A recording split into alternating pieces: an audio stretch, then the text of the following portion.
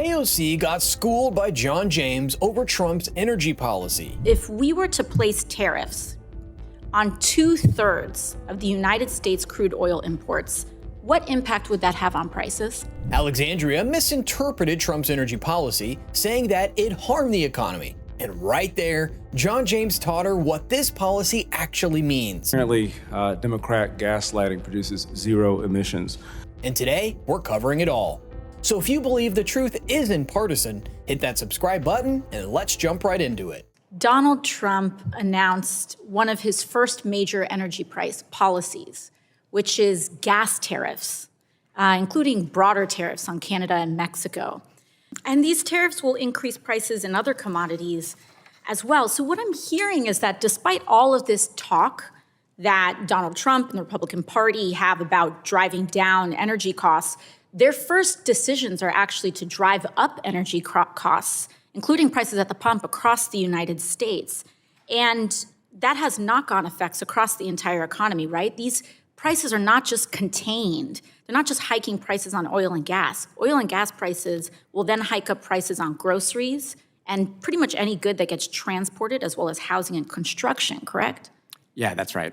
At first instance, it's a sane argument that these tariffs imposed will have immediate effects on other commodities too. So when a higher duty is imposed, the countries will impose it back on the USA, resulting in a higher cost. Fuel prices will increase, and the subsequent effect will be seen on other everyday use items. Let's first discuss the ground on which Alexandria stands. During Biden's tenure, she supported the push for clean energy and climate priorities, such as the Inflation Reduction Act and the bipartisan infrastructure law. She also supported the cancellation of fuel projects like the Keystone XL pipeline, limiting new oil and gas leases in the name of decarbonization. And how can we forget her push for the Green New Deal framework, which added immense costs for energy producers. All these actions were ultimately passed on to consumers as higher rates for gas and electricity. Now we know how much she cares about fuel prices. Let's see what other statements that she had to present. Okay, and so we are looking at almost an all-economy increase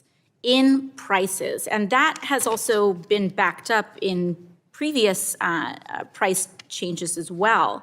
In fact, oil production, and what we've seen is that in 2023, and some of these gas price increases, we saw knock-on effects across the entire economy before, right, with gas? Yes. Okay, so I think what we need to really hone in on here is the fact that what we're seeing is that the Trump administration is saying one thing, but doing another. And if the Trump administration is promising to lower energy prices, it's important for us to ask, why are they making decisions to do the opposite? But let's talk. Go ahead. I hope you're not asking me that question. I don't know.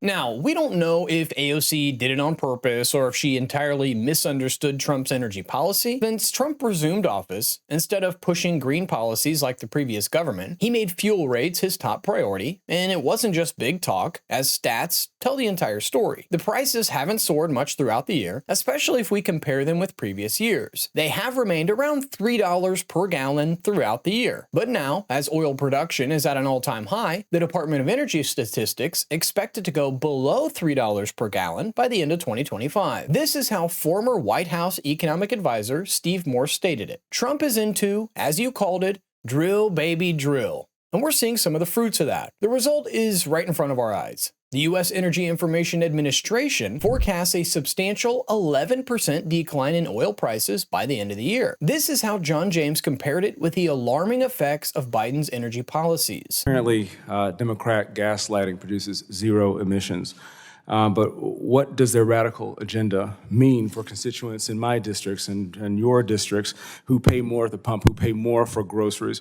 Folks in Southeast Michigan have experienced their jobs being extinct, being shipped to other states, being shipped to other countries because Green New Deal woke policies do not work in the real world. Let's look at this from a 30,000-foot view. Over the past 4 years, every American has footed a higher gas bill, higher energy costs, and rising prices to keep their cars running and their homes heated. Under the Biden-Harris administration, they totally bent over to the radical left. We stopped producing cleaner, affordable energy in America to fit a narrative that only serves coastal elites and the rich in New York and California. What did this lead to? Our strategic petroleum reserves hit lows we haven't seen since I was a baby. That meant U.S. relying on energy that was unclean, energy that I would note are from dictators and despots in Moscow and Beijing and Tehran. Here's the inconvenient truth for my friends on the left. Energy produced and developed here in America is cleaner, it's safer, and it doesn't threaten our national security. In fact, it bolsters it. And what's worse, relying on our adversaries for energy means American jobs go down, not up. My constituents in the Detroit area are all too familiar with this, seeing the reckless policy effects of the EV mandates. Another failed policy billable to the Biden administration is importing sour crude, which has funded our adversaries. Let's just accept the fact that Biden's energy policy did more harm than benefit to Americans when it comes to fuel. And it doesn't stop there. Even though they were vocal about reducing carbon footprint, in reality, they only burdened the average US citizen. Democrats reduced oil production drastically and didn't even give permits for drilling. The administration also shut down the oil and gas program in the Arctic National Wildlife Refuge and canceled other planned offshore lease sales. And the oil reserves fell significantly. In simpler words, the US kept importing fuel from Mexico, Canada, and even Russia, but was limiting its own production that was much cleaner. As James said, it's surely better for the environment, but until we reduce our usage, it wouldn't be of much use. If fuel consumption remains the same, it wouldn't matter much whether we drill in America or not. Contrary to it, Trump started drilling at full pace as mentioned earlier. He even made his first foreign trip to Arab countries, strengthening America's influence within the oil-controlling region. This showed his intent that he is actually serious about America's energy needs, unlike Biden's harmful policies. This is how they affected John James's state, Michigan. Last year, I spoke on the House floor about how Biden's war on LNG was going to harm Michigan specifically. We have 1.1 trillion cubic feet in underground storage, which is one-eighth of the entire nation's natural gas storage capacity. Given DTE and consumers' baseload requirements that are increasing over the years versus the regulations in Michigan, we've been dealing with heavy-handed restrictions on building additional natural gas facilities and the supporting infrastructure requirements that we need to convey that safely with less power outages across the state.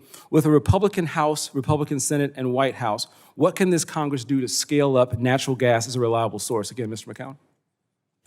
Well, there are several things we can do. Number one is we can stop the war on fossil fuels. We can have revised permitting. We can invoke public-private partnerships, loan guarantees. Some of the very same things that have been done for the renewable industry could be done to expand our natural gas or other fossil fuel industry, too. It should be a level playing field for everybody. We all want clean air.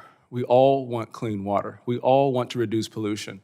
But we also don't want to send our countrymen to the poorhouse trying to pay for sunshine and rainbows that before our infrastructure is ready for it. All this couldn't be said any better. We all realize the terrible effects the climate change has on our world, but that doesn't mean that we would let the average American bear the cost of it. We have to cut our emissions while safeguarding the lives of US citizens. But what's your take on this? Let me know in the comments section.